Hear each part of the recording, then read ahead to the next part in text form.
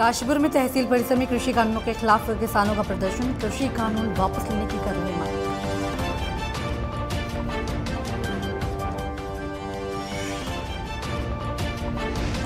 लालकुआं में महिलाओं ने अवैध कच्ची शराब के खिलाफ खोला मोर्चा। महिलाओं ने सीओ लालकुआं का घेराव कर सौंपा ज्ञापन। शराब तस्करों को लेकर की कड़ी कार्रवाई की मांग। मंगलौर में कोरोना के बाद अब बर्ड फ्लू ने बढ़ाई चिंता। दुकानों पर कम संख्या में पहुंच रहे हैं लोग। डॉक्टरों ने लोगों को सावधानी बरतने की दी सलाह।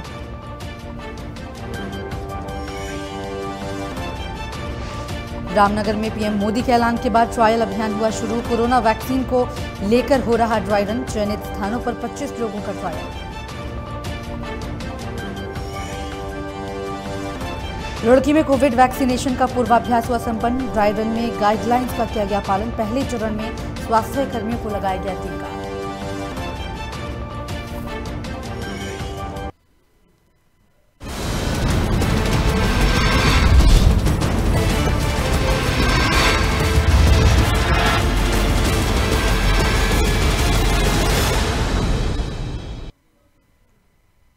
नमस्कार, स्वागत है आपका। आप देख रहे हैं खबर उत्तराखंड और मैं हूं आपके साथ आफरीन अली। बुलेटिन की शुरुआत और सबसे पहले बात काशीपुर की करेंगे। आपको बता दें कि काशीपुर में तहसील परिसर में भारतीय किसान यूनियन के बैनर तले दर्जनों किसान वहां पर पहुंचे, जहां किसानों ने कृषि कानून के खिलाफ प्रदर्शन करते हुए किसानों का कहना है कि ये कानून सरकार ने किसानों के लिए नहीं बनाया, ये कानून पूंजीपतियों के लिए बनाया गया है। पूंजीपति अनाज का भंडारण कर किसानों का खून चूसने का काम करेंगे। साथ ही उन्होंने कहा कि जिस तरीके से ठंड में किसान दिल्ली में प्रदर्शन कर रहे हैं और लगभग 60 से अधिक किसान शहीद हो गए हैं, उन्होंने कहा कि किसानों का शोषण किसी भी कीमत पर बर्दाश्त नहीं किया जाएगा। साथ ही कहा कि 26 जनवरी के दिन परेड ग्राउंड में एक तरफ सरकार झंडा फहराएगी तो दूसरी तरफ किसान ट्रैक्टर पर झंडा बांधकर शांतिपूर्ण तरीके से अपना विरोध प्रदर्शन करेंगे। आज पूरे देश में किसानों द्वारा लोहड़ी के दिवस पर किसानों ने ये सारी जो काले कानून की प्रतियां जलाने का एक निर्णय लिया था, ये पूरे देशव्यापी है।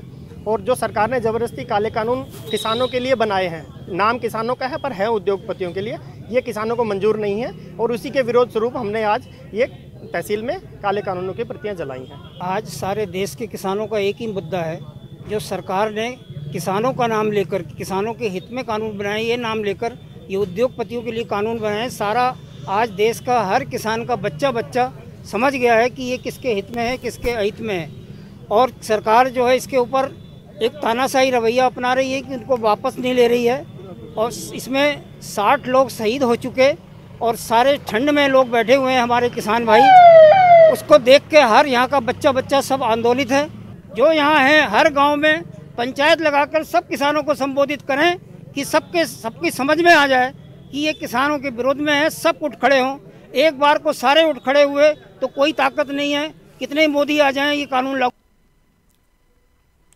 बिंदु-खत्ता और आसपास के गांवों की महिलाओं ने क्षेत्र में कच्ची शराब के अवैध कारोबार पर रोक लगाने और शराब तस्करी को लेकर यहां पर कड़ी कार्रवाई की मांग को लेकर प्रदर्शन के बाद सीओ लालकुआं का घेराव कर उन्होंने यहां पर महिलाओं ने ज्ञापन सौंपा है। साथ ही पुलिस पर शराब तस्करी का संरक्षण देने का आरोप भी लगाया गया। आपको बता दें कि बिंदु-खत्ता की सैकड़ों महिलाओं ने कच्ची शराब के अवैध कारोबार के खिलाफ जोरदार नारेबाजी करते हुए प्रदर्शन किया, जिसके बाद महिलाओं ने वरिष्ठ उप निरीक्षक रोहतास सागर को ज्ञापन सौंपते हुए जल्द से जल्द शराब तस्कर के खिलाफ कार्रवाई किए जाने की मांग की। वहीं पुलिस के आश्वासन से असंतुष्ट आक्रोशित महिलाओं ने सीओ कार्यालय के बाहर सीओ बलजीत सिंह भाकुनी को ज्ञापन सौंपा है। साथ ही कहा कि बिंदु-खत्ता और आसपास के क्षेत्रों में कच्ची शराब की लेकर यहां पर तस्करों का बोलबाला है, जिस पर तत्काल अंकुश लगाने की यहां पर महिलाओं की तरफ से मांग की गई है। क्षेत्र में कच्ची शराब खुलेआम बिक रही है, तो हम महिलाएं इस मांग को लेकर के यहाँ पर आए हैं कि जिस कच्ची शराब घर घर में बिक रही है, दुकान दुकान में बिक रही है, इसको बिल्कुल बंद होना चाहिए। क्योंकि इस कच्ची शराब से आज हमारा युवा जो है वो इस नशे के गर्त में जाता जा रहा है और हर घर बर्बाद हो रहा है। हर घर का युवा जो है वो शराब के पीछे पड़ा हुआ है और जिससे कि पूरे घरों की युवा शराब पीते हैं तो घर में कहीं ना कहीं कलेशबाजी होती है, कहीं ना कहीं युवा वो कहना चाहिए वो घर बर्बादी की ओर चला जाता है। मांग कर रहे हैं जो अवैध शराब हमारे इंदिरा नगर फर्स्ट हाटाग्राम में बिक रही है, उसे बंद कराने के चक्कर में हम यहाँ पे सारी महिलाएं इकट्ठा हुई हैं। कब से बिक्री है, कितने बार हमने सबूत के साथ भी उन्हें दे दिया है, लेकिन फिर भी इस पर कोई कार्रवाई नहीं हुई है। सिर्फ और सिर्फ ये हुआ है कि एक बार वो आए हैं और वो वापस चले आते हैं, दूसरे दिन वो घर मिलता है, हमारे जाने से पहले वो घर मिलते हैं। किस तरीके का टाइम में महिलाएं, बच्चे कोई घर से बाहर नहीं निकल सकते, इस टाइप का माहौल रहता है पूरे हमारी पूरी गली में। इसके बारे में पूर्व में भी हमें सूचना मिल गई है। हम लगातार उसके घरों पर वांछित स्थानों पर दबिश दे रहे हैं। जैसे ही उसके विरुद्ध कोई भी साक्ष्य हमें मिलता है या कहीं भी इस प्रकार की गतिविधियों में लिप्त पाया जाता है, उसके खिलाफ आवश्यक वैधानिक कार्रवाई की जाती है। और यदि उसका भय इसी प्रकार से रहा, हम उसके खिलाफ गुंडा की कार्रवाई अमल में लाएंगे, जिससे वो यहाँ से जिला बदर हो सके। ये महिलाएं अगर उसने अगर कोई क्राइम किया है, अगर पुलिस पहले पकड़ने का प्रयास करेगी, अगर उसे आवश्यक समझेगी तो यहाँ से जिला बदर भी करवाएगी। उसके खिलाफ गुंडा की कार्रवाई भी हम अमल में लाएंगे। समय समय पर सूचनाएं मिलती रहती हैं, समय समय पर हमारे द्वारा प्रयास भी किया जाता है। ये संभव हो सकता है कि इन्होंने कोई सूचना दी हो और उस सूचना पर ना पकड़ा गया हो। हमारे तरफ से हर समय भरसक प्रयास रहेगा कि इस प्रकार की गतिविधियों में कोई भी अभियुक्त लिप्त ना हो, उसके विरुद्ध वैधानिक कार्रवाई की जाएगी और यथासंभव होगा तो उसे हम जिला बदर या गुंडा एक्ट 110G अन्य जो प्रोविजन होंगे प्रिवेंटिव एक्शन वो अमल। और ज्यादा जानकारी के लिए लाल कुआं से हमारे संवाददाता मुन्ना अंसारी हमारे साथ फोन लाइन पर जुड़ गए हैं। मुन्ना, कच्ची शराब को लेकर लगातार यहां पर महिलाओं की तरफ से प्रदर्शन किया जा रहा है, क्या कुछ अपडेट है? जी हाँ, बताना चाहूंगा कि काफी वर्षों से यहाँ पर महिलाएं आक्रोशित हैं और शराब को लेकर, शराबबंदी को लेकर पूरी तरीके से यहाँ पर कि शराबबंदी की जाए, बिंदुगत्ता में जो बिक रही है अवैध रूप से उस पर रोक लगाई जाए। और उसको लेकर कई बार पहले भी पूर्व में भी कई बार यहाँ पर उनका आक्रोश देखने को मिला है कि उन्होंने कच्ची शराब पकड़ के रंगे हाथों और तस्कर से और यहाँ पर प्रदर्शन किया है। कोतवाली में कल भी इसी तरीका से प्रदर्शन किया गया था और आज भी लगातार 2 दिन से प्रदर्शन किया जा रहा है लगातार इस मामले को लेकर। और पुलिस प्रशासन को एक ज्ञापन भी सौंपा है, जिस ज्ञापन में उन्होंने पुलिस ने जो आश्वासन दिया है 3 दिन का समय मांगा है महिलाओं से, लेकिन उसके बावजूद महिलाओं का ये कहना था कि पूरी तरीके से उस पर रोक लगाई जाए और जो शराब तस्कर हैं उनके खिलाफ हमने पूरे सबूत के साथ वहाँ पर नाम भी दिया गया है तस्करों का, जो यहाँ पर तस्करी करते हैं शराब की, अवैध कच्ची शराब की। तो उनको क्यों नहीं पुलिस गिरफ्तार कर रही है? और साफ तौर पर उन्होंने पुलिस पर संरक्षण देने का उनको आरोप लगाया है और उनका महिलाओं का कहना है कि अगर जल्द से जल्द अगर इस पे रोक नहीं लगती है तो वो अपनी पूरी ये जो शराब बंद करने का जो अभियान है वो खुद अपने स्तर से इसको बहुत बड़े स्तर पे एक अभियान चलाएंगे और खुद ही अपने इसको रोकने के लिए कोई व्यापक बिल्कुल तरीके से इसमें अभियान चलाते हुए इसको रोकेंगे।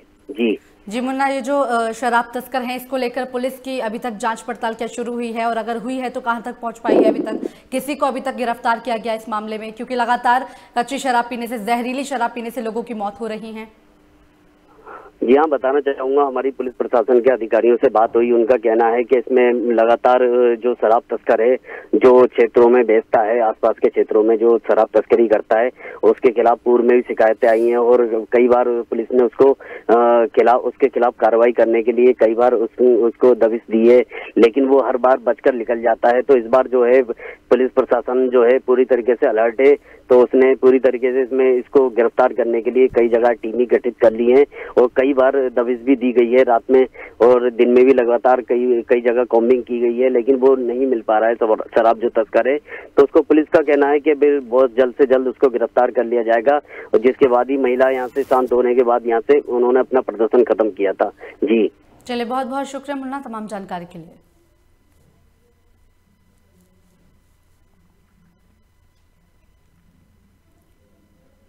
मंगलौर में 14 जनवरी को मकर संक्रांति का पहला स्नान होगा, जिसमें लाखों की संख्या में श्रद्धालु हरिद्वार पहुंचेंगे, जहां महाकुंभ की तैयारियों को लेकर प्रशासनिक अमला भी सतर्क हो चुका है। वहीं कुंभ मेले में आने वाले श्रद्धालुओं के लिए रोड डाइवर्ट की योजना भी पूरी कर ली गई है। आपको बता दें कि मकर संक्रांति के स्नान से पहले ही डाइवर्ट रूट से भारी वाहनों का आवाजाही पूरी तरह से बंद कर दी जाएगी, जिससे कि यात्रियों को जाम की समस्या से जूझना ना पड़े। वहीं मंगलौर से लढौरा वाया लक्सर से होते हुए यात्रियों को हरिद्वार मार्ग पर डाइवर्ट किया जाएगा।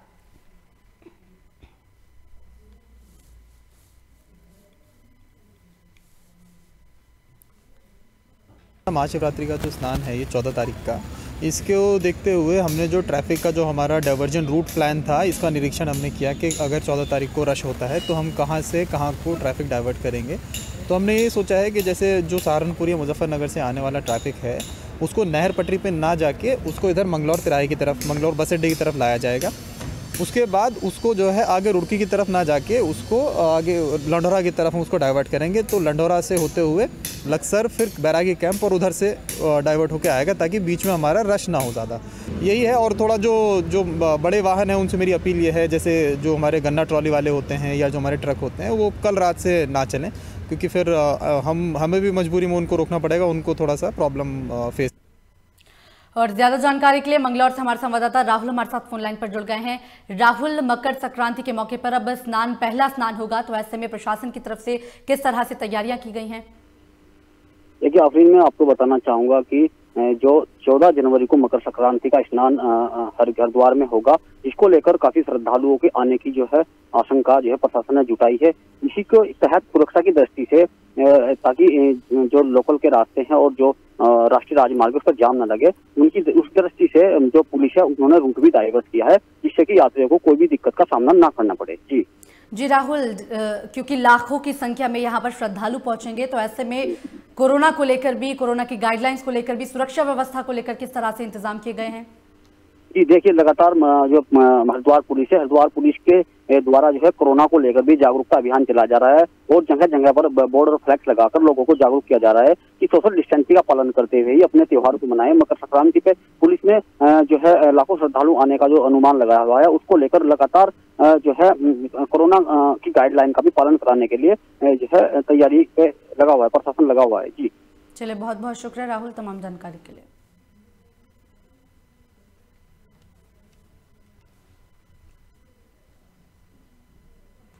हरिद्वार के बहादुराबाद में मकर संक्रांति के अवसर पर सम्मान समारोह कार्यक्रम का आयोजन किया गया है, जहां मुख्य अतिथि के रूप में महामहिम राज्यपाल बेबी रानी मौर्य पहुंची।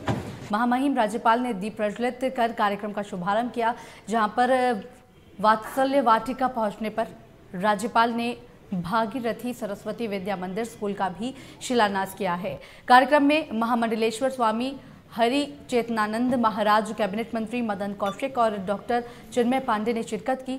आपको बता दें कि महामहिम राज्यपाल बेबी रानी मौर्य हरिद्वार सहित कई जगह कार्यक्रमों में शामिल होते हुए वात्सल्य वाटिका पहुंची। राज्यपाल के पहुंचने से पहले ही प्रशासन ने सुरक्षा के पुख्ता इंतजाम किए थे और पुलिस प्रशासन के आला अधिकारी भी कार्यक्रम स्थल पर मौजूद रहे। मैं तो यही संदेश देना चाहूँगी आप सबके माध्यम से कि हर हमारे युवा जो भी है उनको स्वामी विवेकानंद जैसा आदर्श अपनाना चाहिए। देशभक्ति, देश प्रेम, भारत माता से प्रेम, अपनी माता से प्रेम, अपनी बहनों से प्रेम, ये सब उसको आने चाहिए संस्कार। वहीं काशीपुर के कुंडा थाना पुलिस ने वाहन चेकिंग के दौरान 2 लोगों को आधा दर्जन तमंचे के साथ गिरफ्तार करने में सफलता हासिल की है, जिसका खुलासा अपर पुलिस अधीक्षक कार्यालय काशीपुर में राजेश भट्ट ने किया। दरअसल कुंडा थाना क्षेत्र के मंडी चौकी पुलिस वाहन चेकिंग कर रही थी कि तभी बाइक पर 2 युवक आते दिखाई दिए। जहां पुलिस ने दोनों को रोककर उनकी तलाशी ली तो उनके पास से तलाशी के दौरान आधा दर्जन अवैध तमंचे बरामद हुए। वहीं अपर पुलिस अधीक्षक कार्यालय में मामले का खुलासा करते हुए एसपी राजेश भट्ट ने बताया कि ये तमंचे जनपद रामपुर में तैयार किए जाते हैं और प्रत्येक तमंचा 4000 से 5000 की कीमत में बेचा जाता है, जिसके बाद फिलहाल पुलिस आगे की कार्रवाई कर रही है। देखिए, कल हमारी कुंडा पुलिस द्वारा चेकिंग के दौरान मंडी चौकी के पास 2 व्यक्तियों को पकड़ा गया है मोटरसाइकिल पे, जिनसे 6 तमंचे बरामद हुए हैं। इनसे जब पूछताछ की गई तो इनका ये कहना था कि यहाँ इनको किसी के द्वारा मंगवाया गया था। अब उसकी जानकारी हम लोग इन्वेस्टिगेशन में कर रहे हैं। अभी इनको माननीय न्यायालय के समक्ष पेश किया जा रहा है। देखिए, कल हमारी वहीं लॉकडाउन के बाद धीरे धीरे पटरी पर लौट रहे मांस और अंडे के कारोबार पर एक बार फिर से संकट के बादल छा गए हैं। आपको बता दें कि पिछले कुछ दिनों से देश के कुछ राज्यों में बर्ड फ्लू की खबरें आने के बाद चिकन व्यवसाय की रफ्तार कम होती हुई दिखाई दे रही है। हालांकि उत्तराखंड अभी तक बर्ड फ्लू की दस्तक से महफूज है। इसके बावजूद कारोबारियों पर भी इसका खासा असर पड़ता दिखाई दे रहा है। वहीं कारोबारियों का कहना है कि बर्ड फ्लू की खबरों से कारोबार खत्म होने की कगार पर है। बर्ड फ्लू की खबरों से लोग दहशत में हैं, जिससे मांस का कारोबार दिन प्रतिदिन ढलता हुआ नजर आ रहा है। दुकानदारी में बहुत असर आया है, कस्टमर नहीं है, क्लाइंट बिल्कुल नहीं है। और ये बर्ड फ्लू जो आ रहा है बड़े बड़े शहरों में, अभी तक के यहाँ तो सुना नहीं है, लेकिन जब ये आएगा तो ये कम हो जाएगा, क्योंकि दुकानदारी बहुत प्रभाव पड़ा है। क्लाइंट नहीं खा रहा है, कस्टमर होटल वगैरह भी कम जा रहा है, इसी को लेकर ये बीमारी की वजह से नहीं किया गया प्रशासन की वजह। इस समय हम मौजूद हैं लक्सर के बाज़ारों में, जहां चिकन कारोबारी हैं जिनका व्यापार अभी धीमा नज़र आ रहा है, क्योंकि बर्ड फ्लू ने जब अलग अलग राज्यों में दस्तक दे दी है तो वहीं उत्तराखंड में भी इसका अलर्ट जारी किया है। तो कुछ लोग व्यापारी मेरे साथ मौजूद हैं, उनसे बात करने की कोशिश करते हैं कि किस तरह से बर्ड फ्लू का कहर जारी है और कहीं ना कहीं व्यापार पर किस प्रकार का असर देखने को मिल रहा है। तो कुछ व्यापारी मेरे साथ है। क्या नाम है आपका? मेरा नाम मोहित कुमार। मोहित कुमार जी, जैसा बर्ड फ्लू का ऊपर से बड़ा संकट मंडरा रहा है, तो उसमें बर्ड फ्लू को लेकर किस तरह की दुकानदारी है और किस तरह का आपकी दुकानदारी पर असर पड़ा है? दुकानदारी तो जी 90% ख़त्म हो ली, और असर की बात है कि भुखमरी के कगार पर पहुंच गया। 5-6 दिन हो गए, दुकानदारी तो बिल्कुल शून्य है। व्यापार पे कैसा फर्क पड़ता है? व्यापार तो ख़त्म हो गया, व्यापार तो ख़त्म हुआ है। व्यापार तो ये समझ लो कि 200 मुर्गे बिकते थे, वहाँ 5 मुर्गे भी नहीं बिक रहे, तो फ़र्क तो यही है। तो जाहिर सी बात है कुछ लोग और मेरे साथ मौजूद हैं। कुछ आपका क्या नाम है? मेरा नाम सरफराज खान है। सरफराज जी, क्या चीज़ की दुकान है आपकी? सर मेरी ये चिकन की दुकान है यहाँ पे। सरफराज जी, किस तरह का व्यापार को देख के, बर्ड फ्लू के कहर को देख के किस तरह का प्रभाव पड़ा है? सर बर्ड फ्लू में इतने बुरा हाल हो चुका है हम लोगों का। हम 3-4 यहाँ दुकानदार है, सब ये चिकन पकौड़े वाले भी है, लेकिन ग्राहक आने से भी घबरा रहा है। फिलहाल दुकान पे जहाँ पहले 100% हमारी दुकानदारी थी, शायद 20% 10% दुकानदारी रह गई। तो व्यापारी का साफ तौर से कहना है कि जो चिकन कारोबारी हैं उनका जो व्यापार है वो पूरी तरह से ठप हो चुका है, क्योंकि बर्ड फ्लू ने जहां अन्य राज्यों में दस्तक दी है तो वहीं उत्तराखंड में भी इसका अलर्ट जारी कर दिया गया है।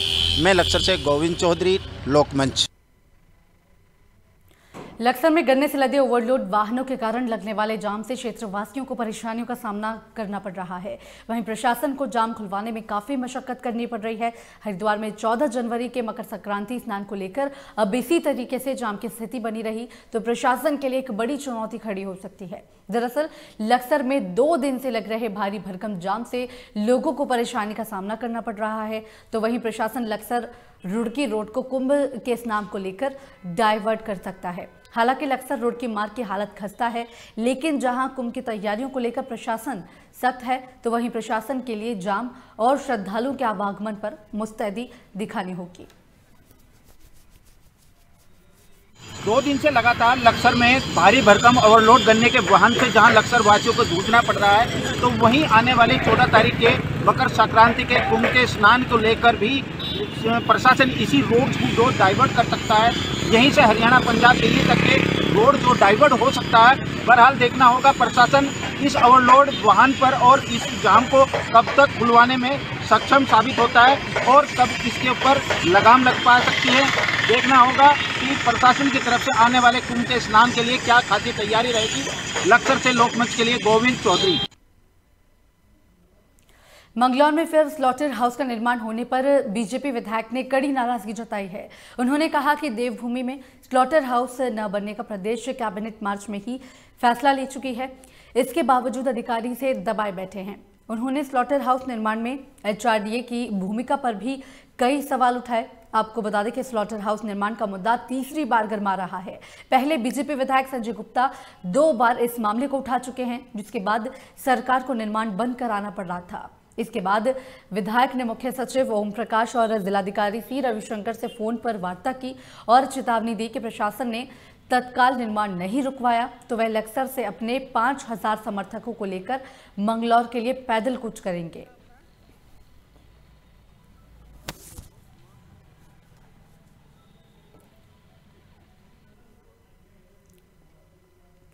बर्ड फ्लू का अलर्ट जारी होने के बाद मंगलौर के मीट कारोबारियों और पोल्ट्री फार्म वालों की चिंताएं बढ़ गई हैं। वहीं कारोबारियों का कहना है कि पहले ही कोरोना से उनके कारोबार पर खासा असर पड़ा है, लेकिन अब धीरे धीरे कारोबारी आगे बढ़ रहा था। वहीं बर्ड फ्लू ने एक बार फिर चिंताएं बढ़ा दी हैं। अब काफी कम संख्या में लोग मांस की दुकानों पर पहुंच रहे हैं। साथ ही पशुपालन विभाग भी अब पोल्ट्री फार्मों से सैंपल लेकर तैयार कर रहे हैं। वहीं डॉक्टरों ने भी लोगों को सलाह दी है कि वो सावधानी और सतर्कता से काम लें, जिससे इस बीमारी से बचा जा सके।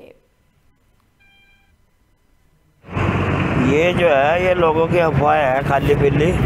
वर्ल्ड पुलिस में पहले भी नहीं था नाम है, और रही काम की बात तो 25% रह गया, 75% इस हवा से खराब हो गया काम। कोरोना आपका कारोबार नीचे गया 75% कम से कम, 25% ही कारोबार रह गया। ग्राहक आ रहे हैं? ग्राहक आ रहे हैं, ना कि बराबर गिने चुने लोग आ रहे हैं। पहले जिस तरह लोग आते थे ज़्यादा, उस तरह के नहीं आ रहे। देखिए, जो बर्ड फ्लू है ये हमारे माइग्रेटरी बर्ड्स जो आती हैं इस समय बाहर से, उनके थ्रू यहाँ पर फैला है। अभी तक H5N1 है जिसके वायरस की वजह से बर्ड फ्लू फैलता है। जो केसेस रिपोर्ट हुए हैं अभी तक केरल में हुए हैं, पंजाब में, हरियाणा में। पोल्ट्री में अभी तक केसेस रिपोर्टेड नहीं है, वो सिर्फ केरल में मिले हैं। इसके अलावा हरियाणा और पंजाब में जो हैं ज़्यादातर कौवों में केसेस मिले। कौवों का जो मैटर है वो फॉरेस्ट डिपार्टमेंट देखता है वैसे तो, लेकिन पोल्ट्री में उत्तराखंड के अंदर अभी तक किसी तरह के कोई केसेस आए नहीं हैं। लेकिन हमें ऊपर से दिशा निर्देश हैं, एक तो रैपिड रेस्पॉन्स टीम का गठन कर दिया गया है। और ज्यादा जानकारी के लिए मंगलौर से हमारे संवाददाता राहुल सैनी हमारे साथ फोन लाइन पर जुड़ गए हैं। राहुल, बर्ड फ्लू को लेकर किस तरह से प्रशासन की तरफ से अलर्ट है, तो क्या कुछ किया जा रहा है? देखिए अफरीन, अभी कोरोना काल में भी जो कोरोना काल की वजह से जो भी व्यापार था लोगों का, वो पूरी तरीके से ठप हो चुका था। अब धीरे धीरे वो पटरी पर आ रहा था, लेकिन बर्ड फ्लू को लेकर जो मीट कारोबारी है उनका जो कारोबार है वो जो कुछ मतलब जुड़े हुए ग्राहक है उनको का आना कम हो गया। तो वहीं पोल्ट्री जो फार्म है उन पर जो मुर्गे या अन्य जो चीजें हैं वो बहुत कम उनकी बिक्री हो रही है। और अगर हम बात करें प्रशासन की तरफ से, तो प्रशासन बर्ड फ्लू को लेकर एकदम अलर्ट है। और अगर कोई भी इस तरीके कोई पक्षी या कुछ इस तरीके का कोई भी मामला सामने आता है तो उसके लिए जो है वो बिल्कुल तैयार, प्रशासन बिल्कुल तैयार है। चलिए, बहुत बहुत शुक्रिया तमाम जानकारी के लिए।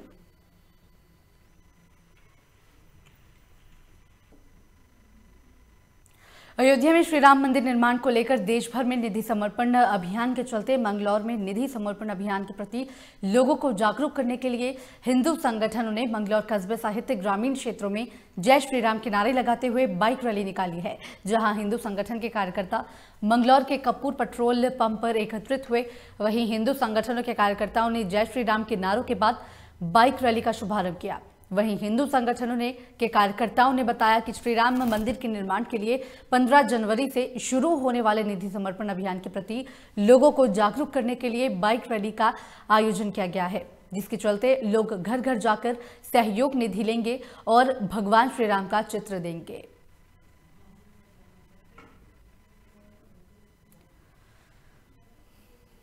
लगभग 500 वर्षों के संघर्ष के उपरांत, अनेकों शहादत के उपरांत आज ये शुभ घड़ी आई है।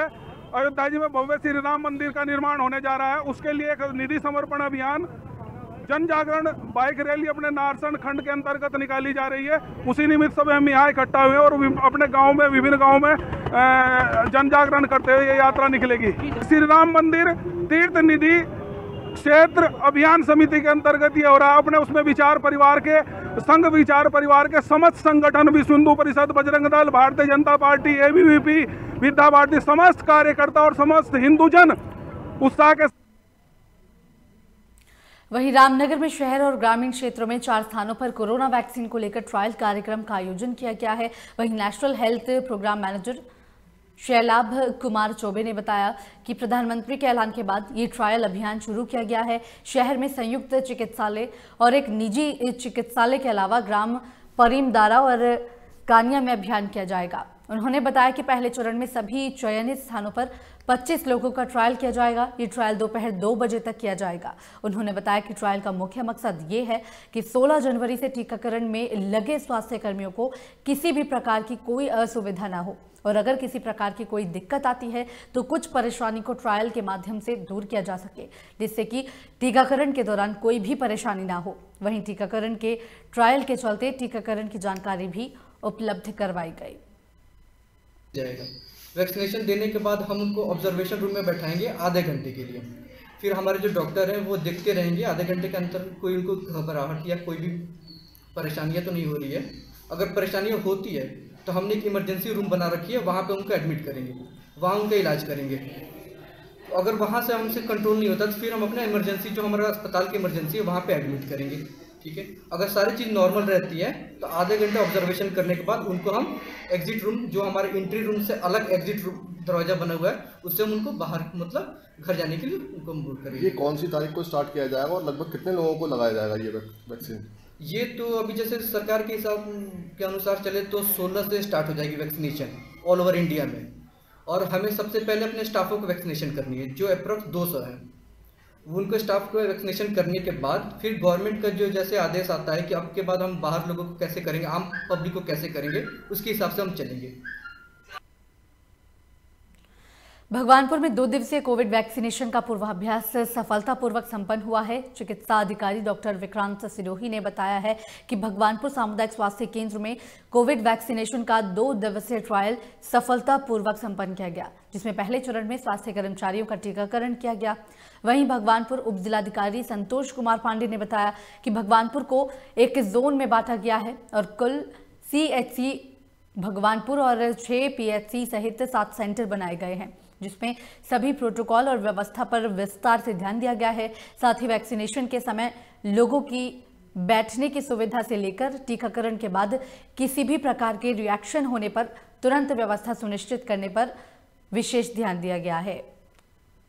कोविड वैक्सीनेशन का ड्राई रन चल रहा है। दूसरा ड्राई रन कल संपन्न हुआ है। भगवानपुर को एक जोन में बांटा गया है। एक जोन के अंतर्गत भगवानपुर CHC को लेकर के कुल 6 PHC मिला के 7 सेंटर यहाँ पे बनाए गए हैं और ड्राई रन में जो उसके प्रोटोकॉल हैं, SOP है, कैसे की जानी है, इन्हीं सब व्यवस्थाओं को कल मेरे द्वारा देखा गया और ये काफ़ी सफलतापूर्वक किया गया है। हर जगह पर जो कर्मचारी लगाए गए हैं, जो वैक्सीनेटर हैं, जो वेरिफिकेशन करने वाले लोग हैं और लोगों के बैठने की समुचित व्यवस्था, फिर वैक्सीनेशन के बाद किसी प्रकार का कोई रिएक्शन हो तो उसके लिए उससे निपटने की पूरी व्यवस्था, ये सब काफ़ी सफलतापूर्वक कल ये संपन्न किया गया है। देखिए, हमारे यहाँ पर उत्तराखंड में 2 ड्राई रन हुए हैं। एक हमारा 8 तारीख को हुआ है और एक हमारा 12 तारीख को हुआ है। जो हमारा 8 तारीख को हमारा जो ड्राई रन था वो हमारे सिर्फ कम्युनिटी हेल्थ सेंटर्स में था, जो पूरे हरिद्वार में हुआ है।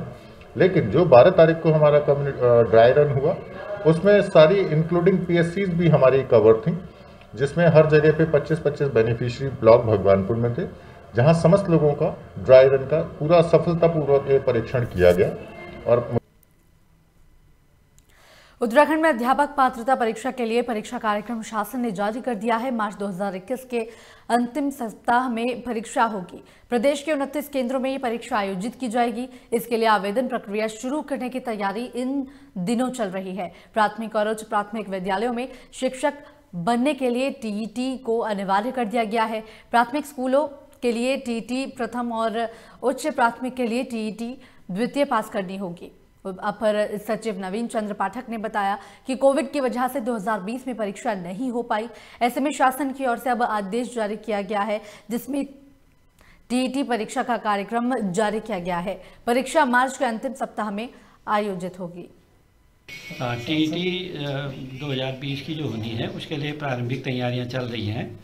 टेंडर उसका हो चुका है। अब इस महीने के अंत तक विज्ञापन जारी कर दिया जाएगा और मार्च में इसकी जो है परीक्षा संपन्न होगी। TET 2020 की जो होनी है उसके इसी के साथ खबर उत्तराखंड में फिलहाल मेरे साथ सिर्फ इतना ही। बाकी की तमाम खबरों के लिए देखते रहिए लोकमंच।